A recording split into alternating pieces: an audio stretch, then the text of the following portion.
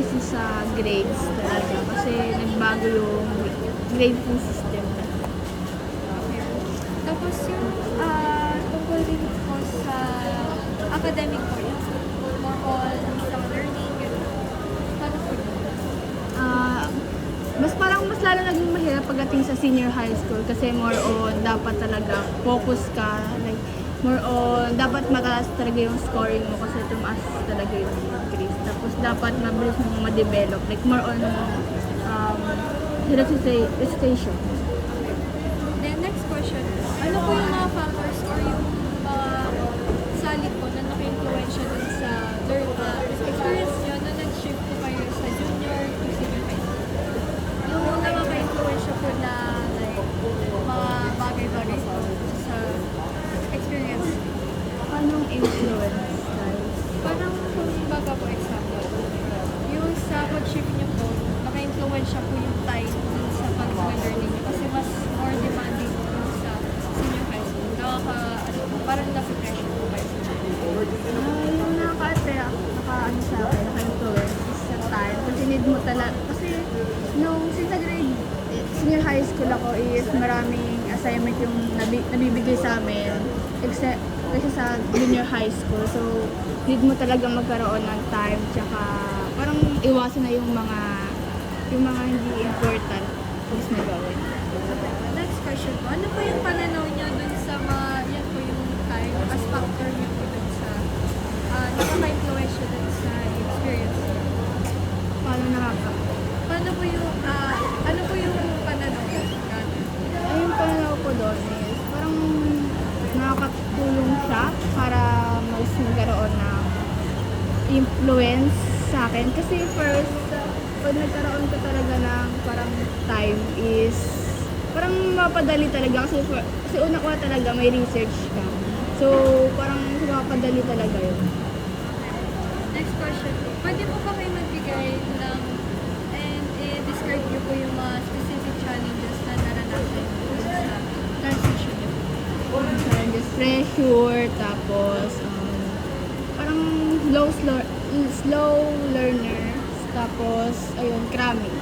Bakit? Pa-describe na lang. Kasi yung sa pagbibigay kasi ng mga assignment is kailangan parang magawa mo siya agad. Kasi once na hindi, parang mapapahirap ka talaga. Like, madedelay ka talaga, lalo na pag may research. Okay po, next question. Ano po yung mga academic difficulties or yung challenge na find niyo po siya as mahirap i-manage yung first year niyo po sa senior high school? First year is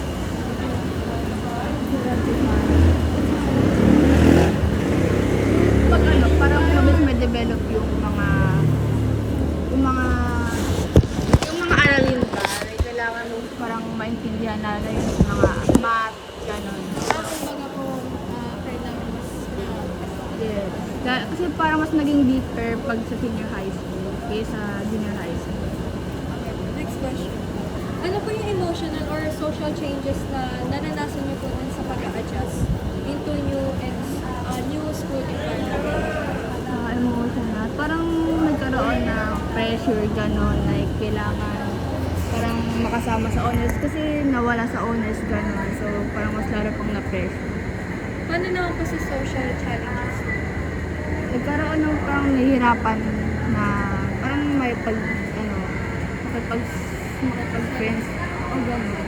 Tapos, hirap din na makipag-usap kasi mas nasanay sa junior high school.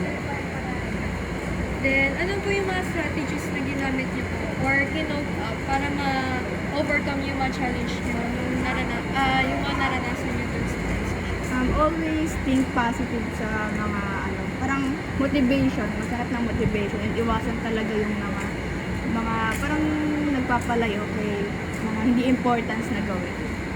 Paano niyo po siya paggamit? Sa pag tinatamad na like nagbe-break down, I think positive na magagawa agad yun na makakaya. Okay po.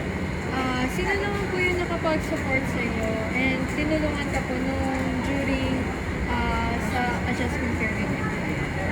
Yung sister ko kasi dito din siya nag-school, so tutulungan niya ako sa mga subject and binibigyan niya ako ng emotional support. Then last question no, ano po yung mga ways or mga paraan na na-develop niyo po or nabago dun sa study habits niyo, routines, o behavior para po maka-adapt talaga dun sa senior high school? First is sa time management, din mo talagang magkaroon ng time. Kasi once na wala ka talaga ng time, parang sunod-sunod na yung mga assignment mo and hindi mo na siya, parang karaming na magkakaroon na ng problem. Tapos yung sunod is always think positive. Kasi once na naging negative ka na, daloy-daloy na yun and parang mag-breakdown ka na talaga. Okay, that's all. Thank you.